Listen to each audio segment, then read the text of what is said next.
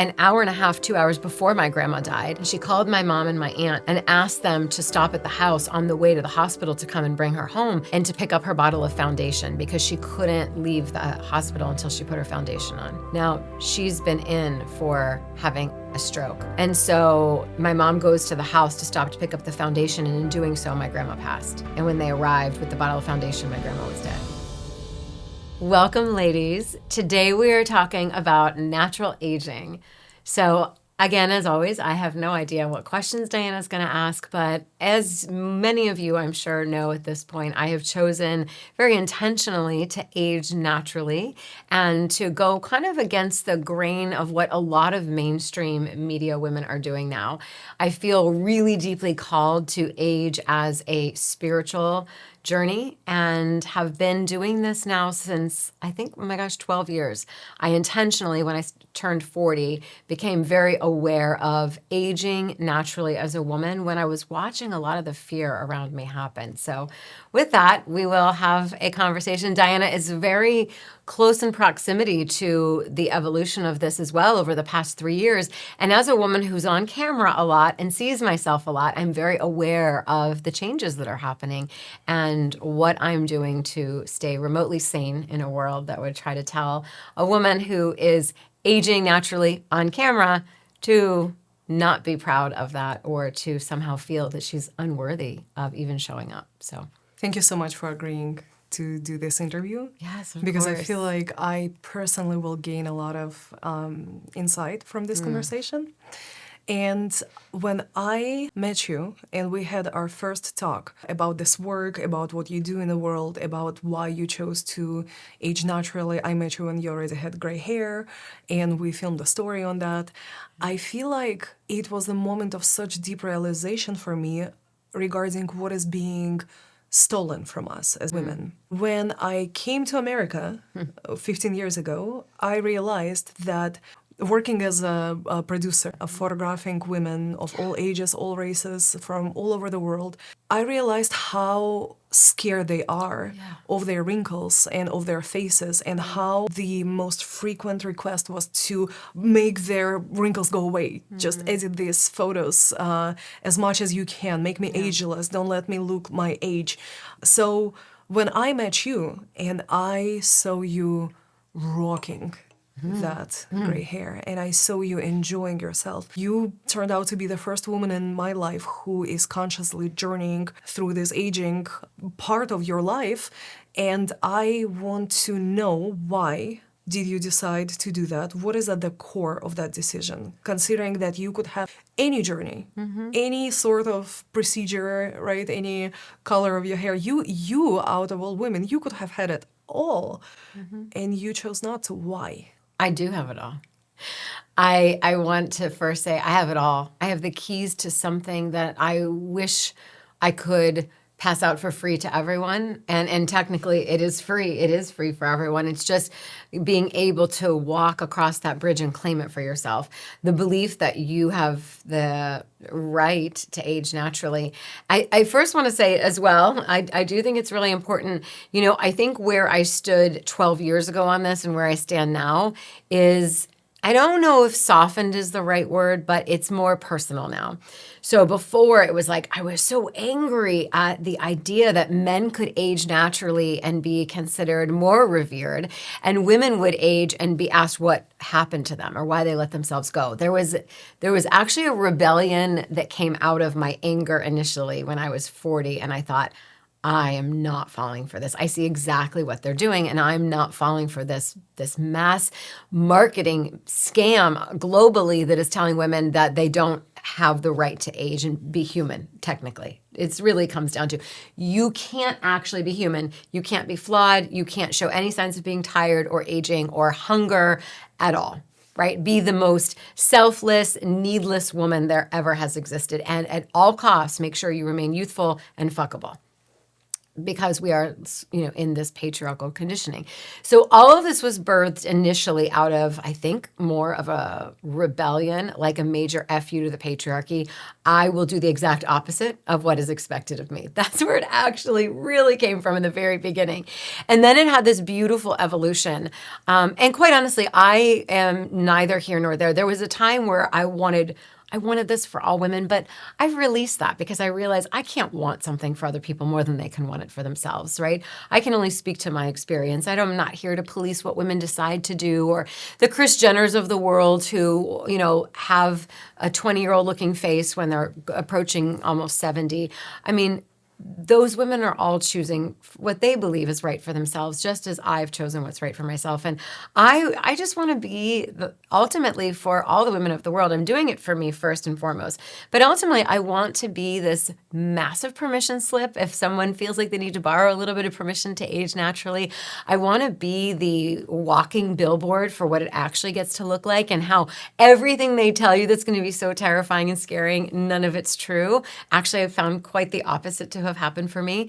But what has happened in the past 12 years, as every year of the calendar has flipped over and flipped over, and the changes are becoming, especially in the last 2 years, the changes are becoming much more evident for me in real time, like fascinatingly so, is there is this reverence that I'm holding now, that I'm really leaving that time of being able to maybe pass for a little bit younger and stepping into this on the way of this initiation of this next phase into this other era. Some will call it crone, wise woman, whatever you want to call it. But I am holding like this massive amount of reverence for this power inside of me. The life I have seen and lived, the paths I have walked, the arms that have held endless amounts of people and stories and children and evolved over and over again and died a million times to myself to be reborn. The version of me that is reflected back in the mirror defies any true explanation of beauty, or it's far beyond what I see and experience now, is far beyond the physicality of who I am. When I stand in front of a mirror, I see my soul. I really see something beyond this three-dimensional. Do I notice if I have lettuce in my teeth? Of course. Do I notice if I have mascara on that is like not, it's like running on the side? Of course. I notice those physical things, but it is the experience of standing in front of the mirror or getting ready is so much more vast than the reflection that is literally reflected back. I can't find the words to explain what's happening for me in front of the mirror, but it is far beyond anything I've experienced in my human physical body. And that is one of the most incredible experiences of my life to date, aside from giving birth to my children, that is so potent and so alluring and is something that I have the privilege of being in every day. And so there's not, and you're witnessing this with me, there's not an ounce of fear. I mean, you never hear me talk about lines, wrinkles, make sure we take care of that ever, because it's not even in my repertoire. It is I'm talking about like, what's the next conversation we're going to have? Who do we want to have on the podcast next? How about these ideas for a magnetic? And oh my gosh, what about this idea? And what about this creation? There's so much of that being birthed. And I also think it's part of what keeps me immune to the other stuff, because any idea of being worried about aging or silver hair or wrinkles on my face or sunspots or crepey skin or lines, that feels like such a waste of energy and time for me, because I have this unbelievable life I've curated. So I also think that truly I don't even have time to be worried about the other stuff, because I have such abundance happening in my life personally and professionally that there isn't even an ounce of space if I were to give thought to, which I don't, any of those things. So I've traversed like beyond what I can probably contain in a conversation here, because there are some things that are unexplainable. It's only once you've walked into the path. And I had a woman share, and I think you may have been there. I think this was at the retreat. Yes, this was at the retreat that we just had last weekend, where a woman said for the first time, she'd been doing the mirror practice for a long time, and for the first time, it's like she saw something and felt something. And she said, Dr. Minna, I know now. I know what you've been talking about. Something shifted and I feel it now.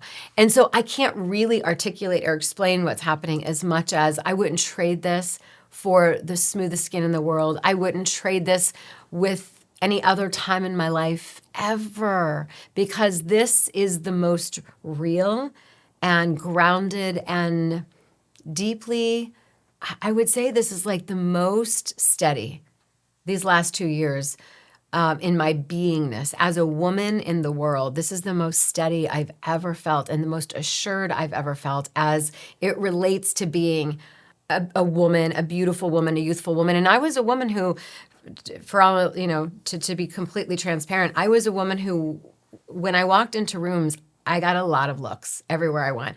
I got a lot of men approaching me all of the time in my life. I had no scarcity of that whatsoever. So I almost felt, and this is going to sound strange, but I almost felt like some strange burden by it. I felt very uncomfortable by it. So I was explaining to my husband the other day the power and ease and freedom I feel now, because you know what's interesting? The reality is, as you age as a woman, you do get less looks. You do get less men approaching because you're an aging woman. And I don't know if that's not something that's attractive or appealing, or if it feels more threatening, or for whatever reasons, which I'll never know or even care. But with that, I've never felt quite as free or liberated. I remember walking down the streets of New York City when I lived there and purposely taking a crosswalk to get to the other side of the street if I saw a lot of men coming or construction workers, because inevitably they would make noises or try to talk to me, and I hated it. I absolutely hated not being able to just move freely about the world as a woman without feeling that sense of I somehow owed them a conversation, or they were going to whistle at me like I was an animal, which I always didn't. I never found it to be like a prop. No, at all. I actually found it to be disgusting, and I thought there was something wrong with me that I didn't find it to be appealing. And so I guess I was telling my husband this last week, we were talking about it, I feel profoundly free for that as well, which I didn't expect. I just know now that it's gotten a little more quiet in that way. I feel like, oh, wow. Like this feels really freeing, and it's in a way that really has surprised me and has been unexpected. So yeah, that has also been another piece for me that has been interesting. A lot of women who are watching your content leaving comments such as, oh, it's so easy for you to age naturally because you're so beautiful. It's so easy for you to age naturally because you are married. And what I know from being in proximity with you is that your choice for aging naturally has nothing to do with any of these things. No. But I think that we often think that when a woman makes a choice, that it has something to do with like if she is or is not in a relationship. And I don't attune my life I don't make choices. I mean, I'm sure there are some choices I've made consciously or unconsciously, but I don't make those kinds of choices. Like, will I go into business or won't I? Will I color my hair or won't I? Will I say this thing on this podcast now or won't I? Because I'm in a relationship. I see that, yes, I'm in a relationship, and I see this separateness of the woman who has free reign and agency to make choices about her life, her body, her physicality that has nothing to do for me, because I would be making these same choices if I was single. And because it's important to me that if I were going to ever be in a relationship, which seems like the least interesting thing for me, and we've talked about this, the least interesting thing for me if I wasn't with my husband to ever be in a relationship at any time soon again with a man, it would have to be someone who was so fully aligned with the way that I'm living. He's aging naturally, I'm aging naturally, we're doing this whole thing together. Like that would be the most appealing scenario for me. Otherwise, I'm just really not interested. What is the hardest part about aging naturally for you, personally? Personally, I think I feel a little bit alone in it. Mm-hmm. Yeah. I don't feel like I have a lot of people. I mean, thankfully, my best friend, at least to most extents, I think, is on that path. But that's for her to decide. Of course, whatever she's doing, she's a few years younger than me, so I'm a little further ahead in the aging journey. But I don't think there's a lot of relatability for a lot of people around me. And by that, I mean, there's a lot of fear in the conversations. There's a lot of commiserating and what's been lost rather than what's been gained and what's to come. And I'm looking at all the things, like, I think for a lot of women, the fact that not as many men whistle anymore when she walks by would feel like a loss. For me, it feels like a gain because it's something that I really felt uncomfortable with and made me want to crawl out of my skin. So I don't have lots of women that I can talk to who really get it. And I feel a little bit sad about that. I sometimes feel sad that there aren't other women who really, really understand it and get it. So, yeah, that's probably the hardest part. A lot of women think that because you chose to age naturally, if they get to work with you as a clinical psychologist, with you as a guide, as a coach, as someone who has tools and ways for improving women's lives, they will have to choose natural aging journey. And if they don't, they somehow do not align with your work, and they somehow do not align with your philosophy and philosophy of your healing tools. Can you clarify that part, please? Because I keep hearing it a lot. I think most women who work with me don't choose to age naturally. I think most women in the world aren't choosing to age naturally if they have any financial means, because let's also look at the reality that choosing to not age naturally is also financial freedom attached to that as well. And it's a privilege, I think, in many ways. Well, we can argue there are some women who are racking up the credit card debt to get all kinds of things done. I do think that there is a privilege in being able to have things done to look more youthful. So I think that that's important to name as well. But no, I would say the majority of women who work with me, I think many of them just by proximity naturally get inspired on their own right to change things, because they often come and report to me, I stopped coloring my hair, or I canceled my next Botox appointment. I'm like, oh my gosh, how are you feeling about that?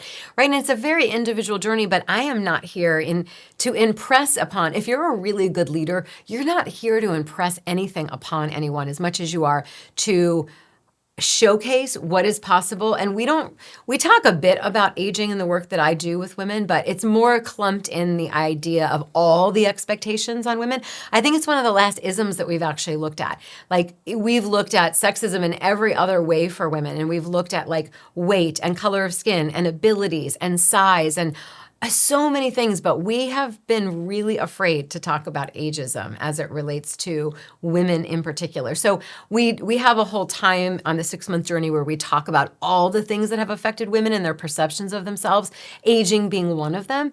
But every woman has arrived through a very unique story, depending on how she was raised, the culture, the expectations, her industry that she's in, that she is having to explore for herself. And every woman ultimately, like every other aspect of my work, decides for themselves like the best path for them.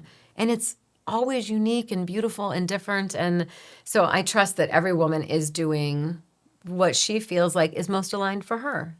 And so I'm just here living my life freely as an example of one other way. But for some people, that part of my work will not align for them, and it's not an expectation for it to. I faced situations when I saw my girlfriends and some older women that I love and care about posting photos with a lot of filters and completely changing their faces on photos just because they feel so uncomfortable looking at their changing face.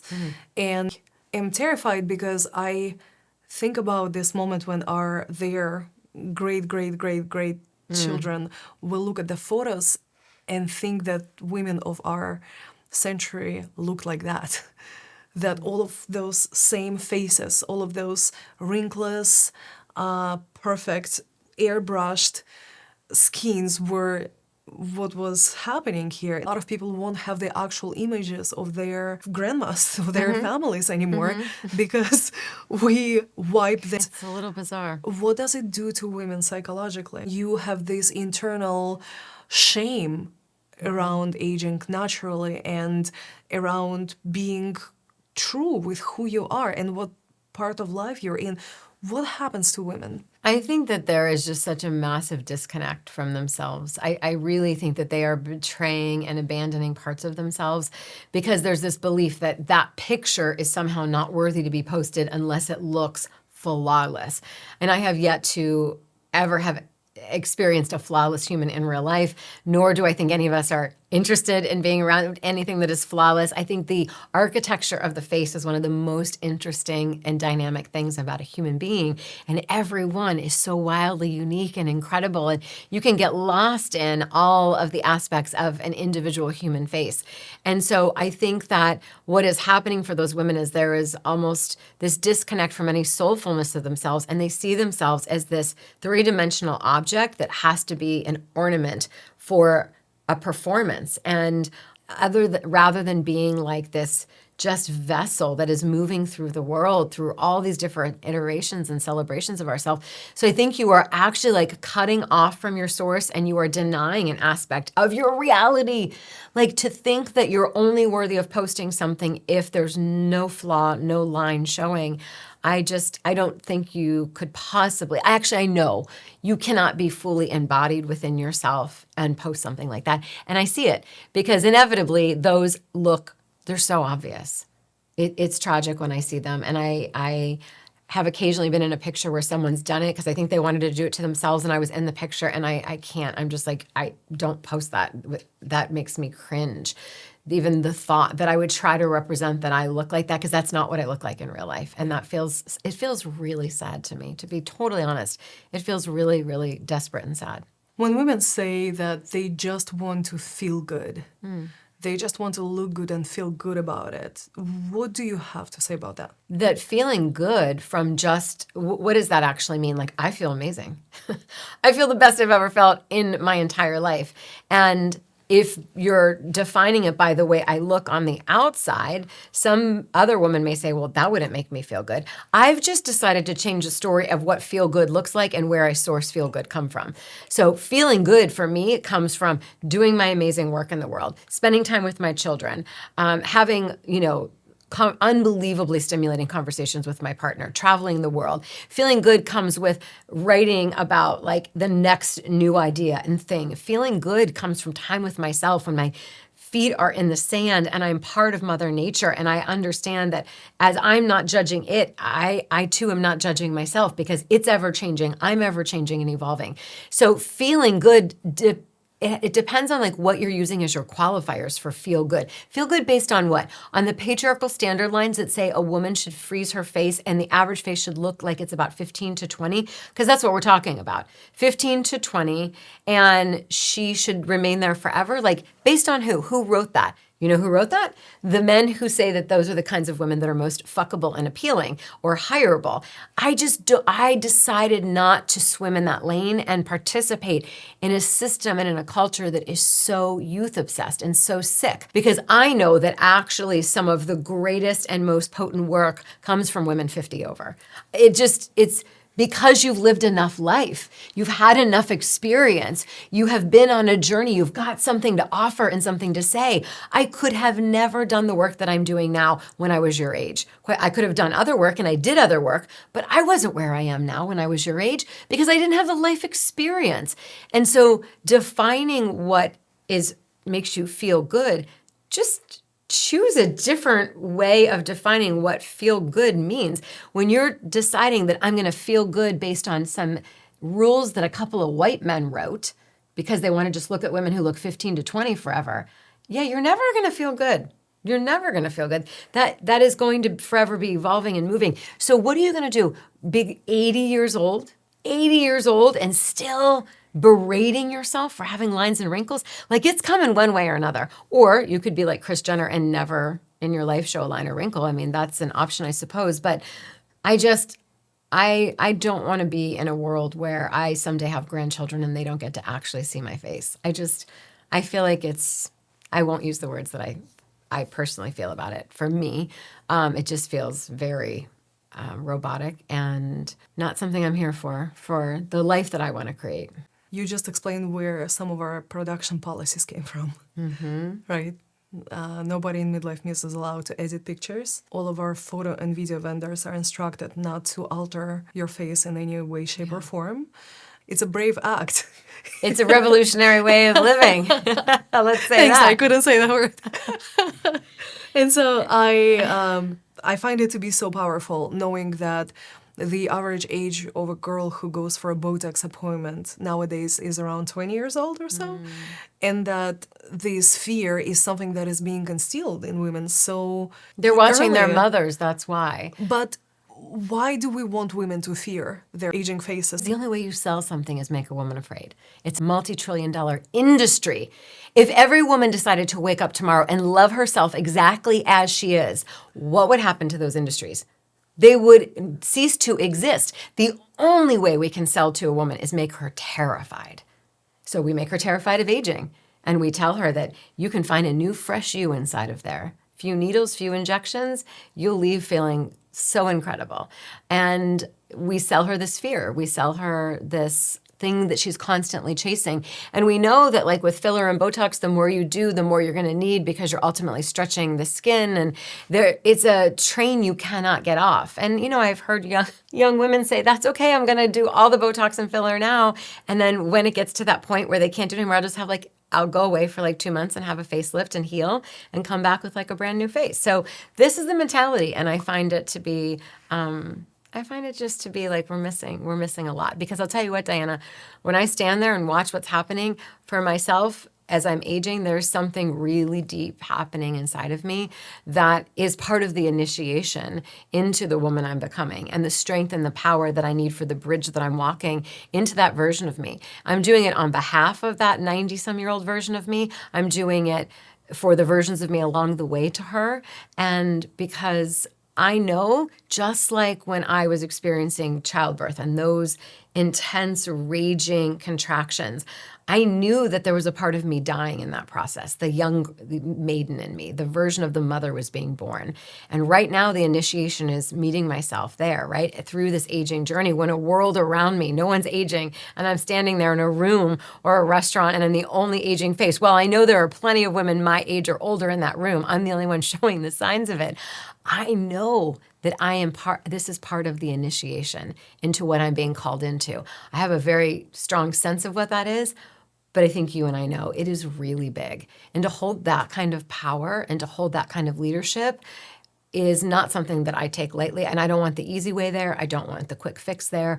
I want the true path there because I know what I'm building and it requires staying power in all aspects. And I'm willing to stay through everything that might feel uncomfortable to the average woman. People often say that if you like to dress up nicely, if you like to smell good, if you like to put on the jewelry, it's the same thing as wanting to keep your face young and fresh and inject Botox and fillers and do all the plastic surgeries, that there is basically no difference between those two. And if you love one, how does it make sense that you are advocating against another?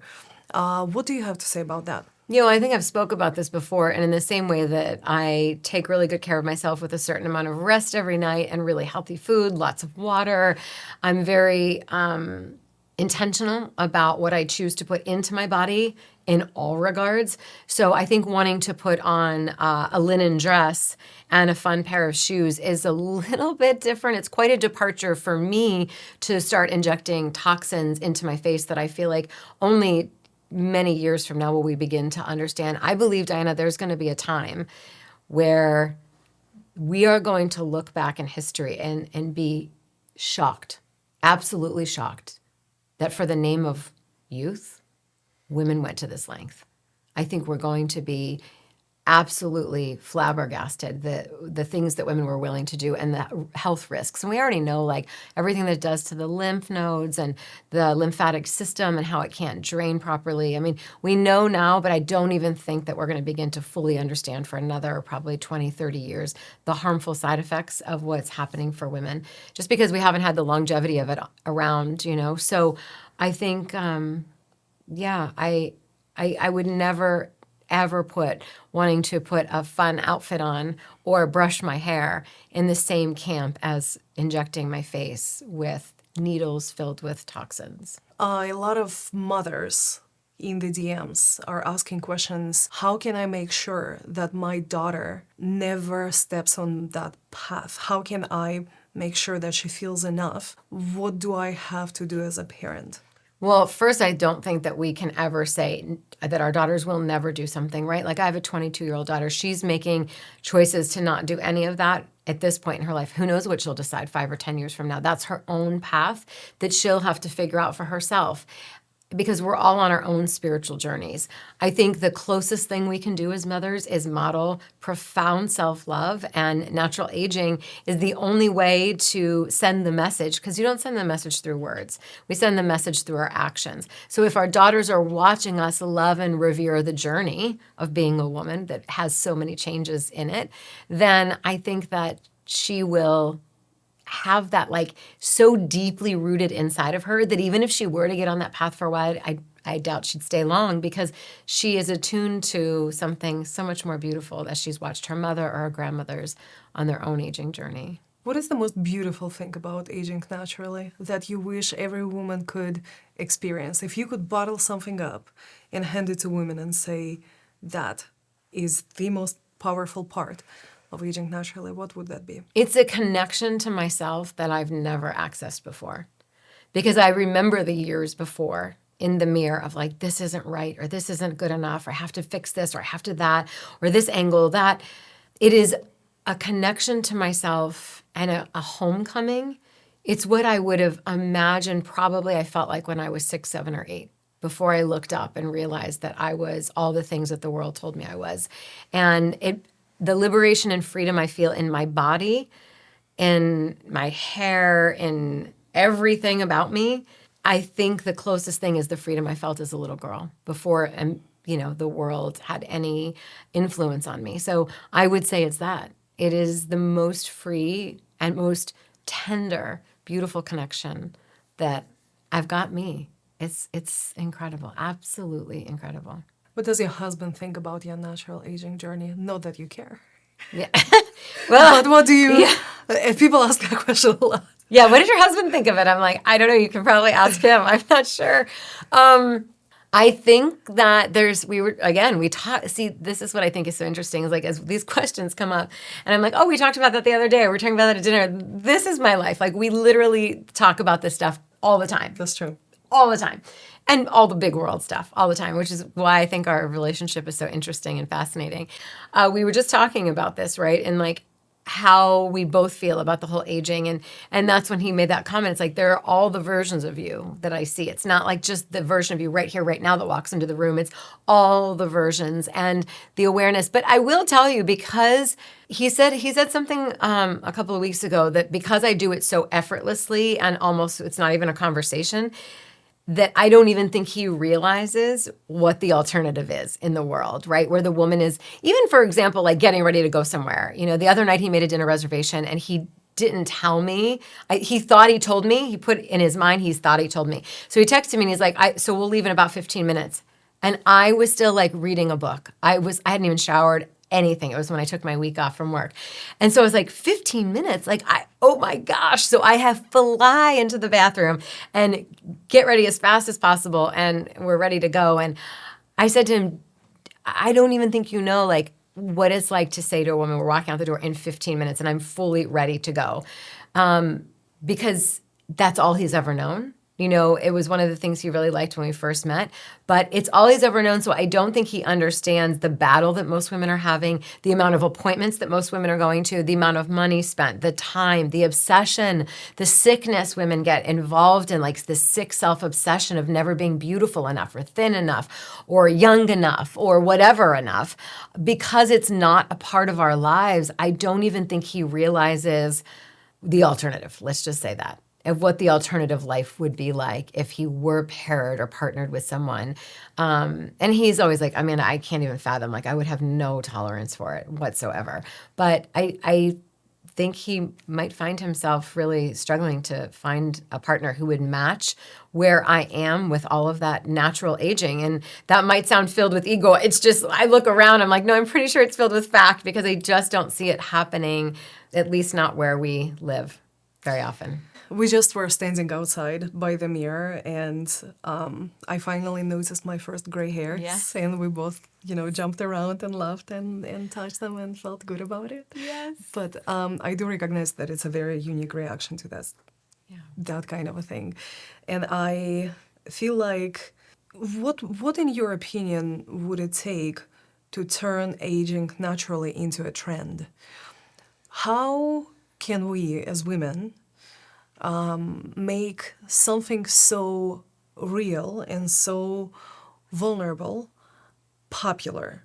What can each of us do on the level of our household, on the level of our circle, to make that more real and more popular? Yeah, we got to stop running. I feel like that's all women have been doing, is running from their weight, running from the hair they've been given, running from anything about their body style, running from being human, and literally having cycles where sometimes in the month you're more bloated than others. We're just running away and so filled with shame for what is. And I think if we want to make it a trend, we have to stop running. We have to stop running from being human. If to really distill it down, is to be able to sit with your humanity and find a way to honor the humanity. I think that's the only way we're ever going to make this a trend. But it's a lot of work, Diana, and I got to be honest, I don't think a lot of women that I just haven't seen proof that there's a lot of staying power to do that, because there's such an easy alternative to do the quick fix. But I also think it kind of goes hand in hand, and part of like why women are struggling in other aspects of their life too. It's like, to really, really know yourself, you've got to stay long enough to feel it all, and then decide what narrative do you actually want to live your life by that structure. And the narrative I wanted to live my life by was the narrative that I watched my grandmothers age with, and women before them, and pictures I see of my great-great-grandmothers who are like doing the most amazing things in the world. And my gosh, I never even got to meet them, but wow, to have sat in a room with them, to been able to touch their face or hold their hands. And that's the narrative I want for my daughter, my sons, my grandchildren. And so I just tune the rest of it out and decide that that's not for me. This narrative that I've chosen is for me, and this is the standards by which I'm going to live my life. So I guess also it's like becoming I'm just immune to the messaging, and I see it for what it is, and have created my own story to build my life on. So I think it's going to require some serious staying power. My grandma just turned 94 years old. That picture you posted of her side profile, that's artwork. I agree with you. I'll add the picture here. To this day, being 94 years old, realizing that the final chapter, I'm going to start crying, is inevitably there. She still cares if we take a picture of her too close. She still doesn't seem to be able to make peace with that image and with that face. And while I look at her, I don't get to see her often. I spend maybe, a few weeks a year with her, and I want to memorize every line on her face, because from the moment I was born, these lines were there. Thank God she didn't do anything to them. When all of this is over, right? When all of this is done, when our short period of existence here is over, are we actually going to care about what our face looked like? Are we actually going to care about these flawless, under eyes that none of us have? And I was remembering the story you told me about your grandma. We come from generations of women who did not have a chance to do this work. We come from the generations of women who had no choice, no leadership. They were under so much of that psychological oppression and expectation of them being the functions. Regardless whether Botox was available back then or not, they had their own form of a devil. And first of all, I want you to tell us the story about your grandma and what emotions it actually brought up in you, the one that when she was leaving and everything was becoming more and more obvious. But I also want to hear from you about this 90-year-old version of you, because you told me that story many, many times, and I picture her, and I'm sure I will be there, and I'm sure we will film some cool stuff on that hill, on that mountain. Yeah. But I want to hear from you who is she?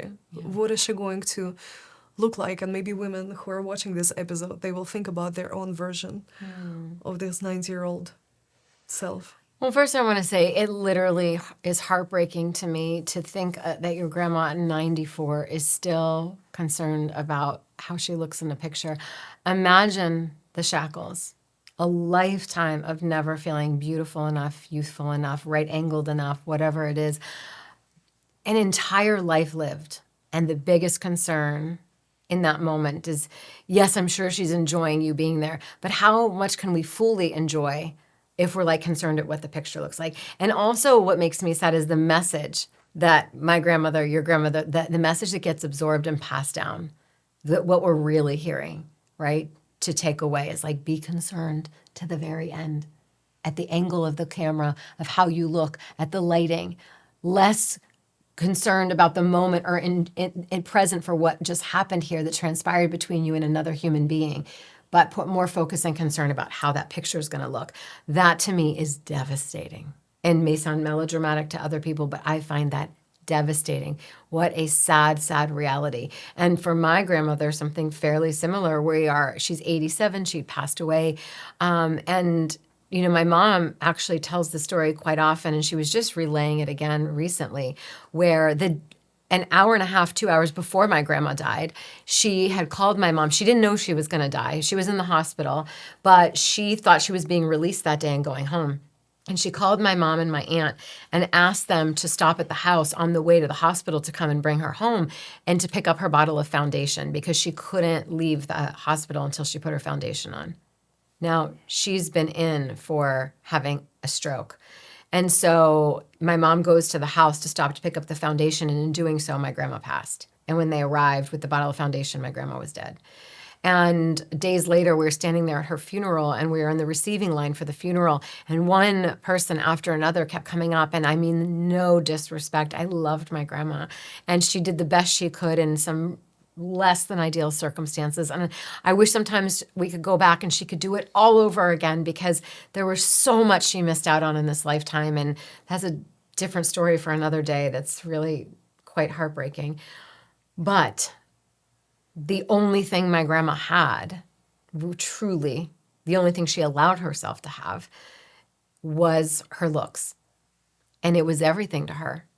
Even when the man made a different choice in her life to make some different choices, she still was like, but if maybe I'm just look a certain way, the tides will turn.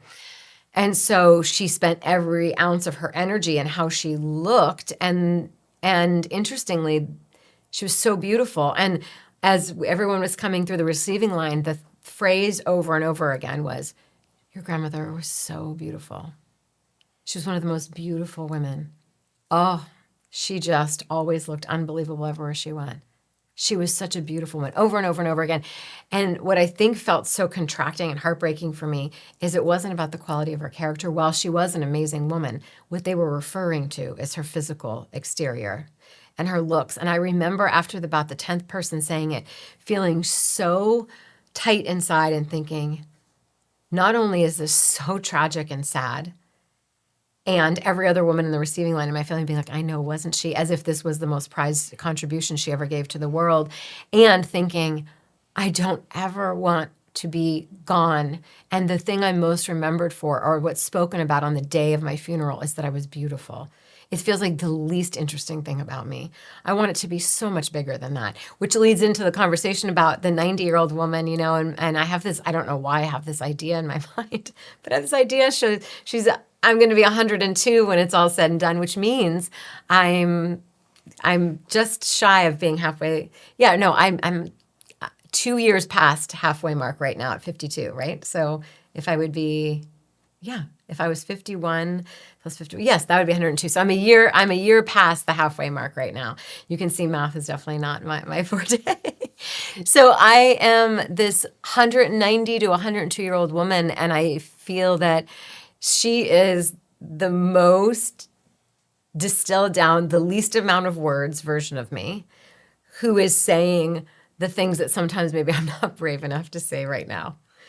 Because there are a lot of things I say when we are not on camera.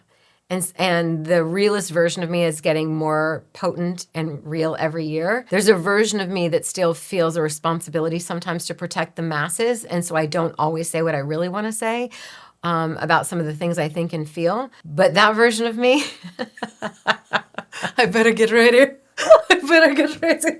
Okay. That version of me is not holding back because she doesn't want to waste a single woman's moment or time. She is telling them exactly what she sees and feels.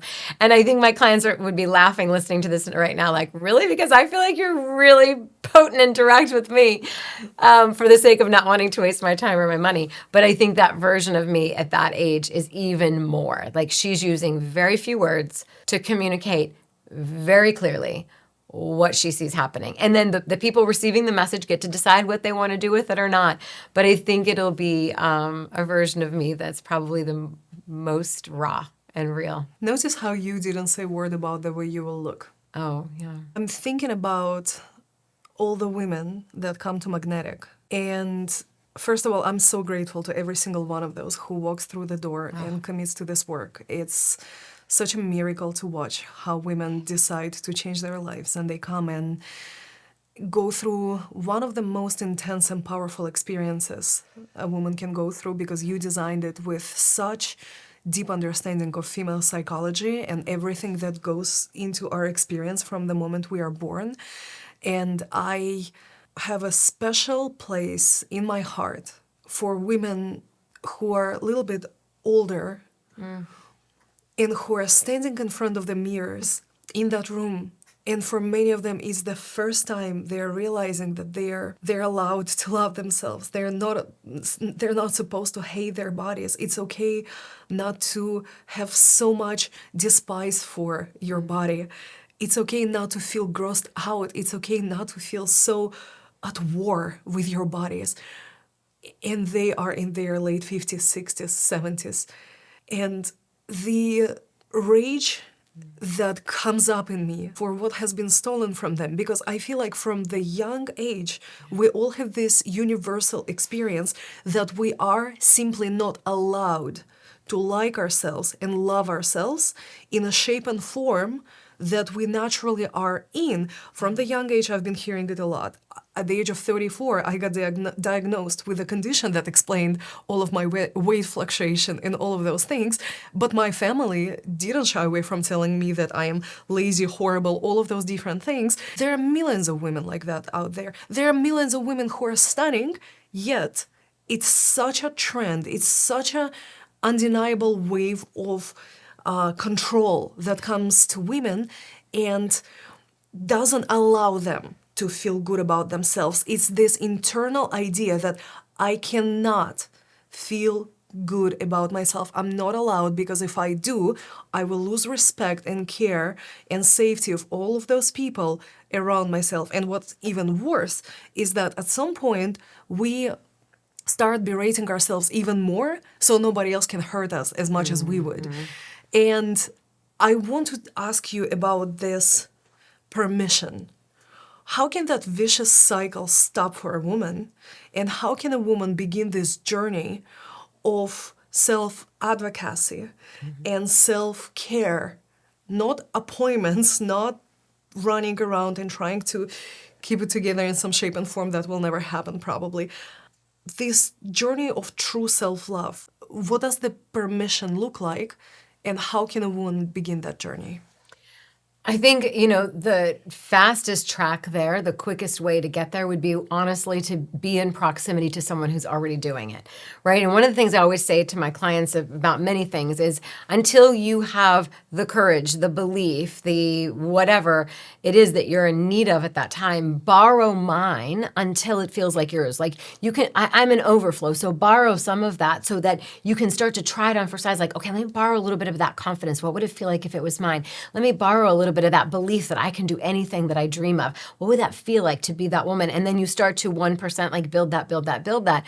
And I think that's what happens is you get into proximity of people who are living or thinking like that. If you're desiring to be more self-loving and less self-berating, get close to women who are living that way and see what it's like to be in that world, and that gets to be contagious. But if you're constantly swimming in a world where women are beating themselves up and berating themselves, talking about the never enoughness of themselves or all the appointments that they're going to maintain a certain look, then of course, when you're swimming in that, you're going to, by default, be a product of that environment. So if you want to love yourself and put down the sword of constantly battling with yourself, get close to women who are living like that. Study from women who are leading that way.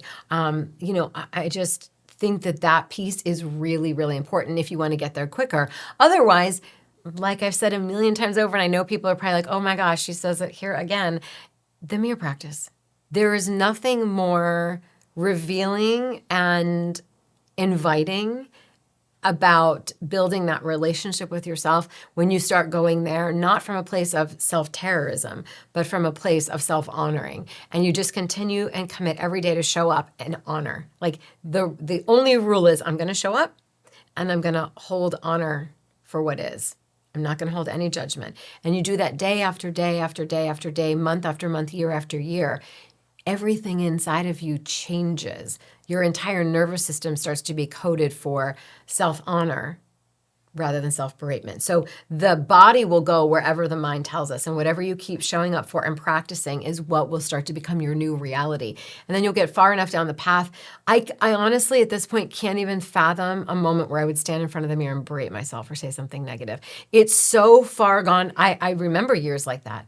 But it's so far gone because of the mirror practice and the work I've done, that it would feel like the biggest atrocity upon myself to do something like that. And it's just because I've been willing to do the work. But again, it comes back to what we talked about earlier, the staying power. You've got to have the staying power. You've got to want it more than you want the quick fix. And so it would be, there is no, in a world that is onslaughting women with all the reasons why they should hate themselves and loathe their bodies and their faces, you're going to have to want it really bad to combat that big, huge machine.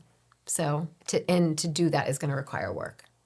Where can women try that mirror practice? At Magnetic would be the best place. Of course, in your own house. Start there. But if you really want the experience of it and the way forward as a ceremony, I showcase that, and we get to practice that as a very large group. It's wildly potent, and we do that at Magnetic every year. Thank you so much for this vulnerable talk. You're so welcome. I'm so excited for everything that is to come. Me too. And we have this little tradition for capturing you, a specific portrait of you throughout the years. Mm-hmm. I think now would be a good time to show those pictures next to each other. Yes, we have 3 of them now. I love it.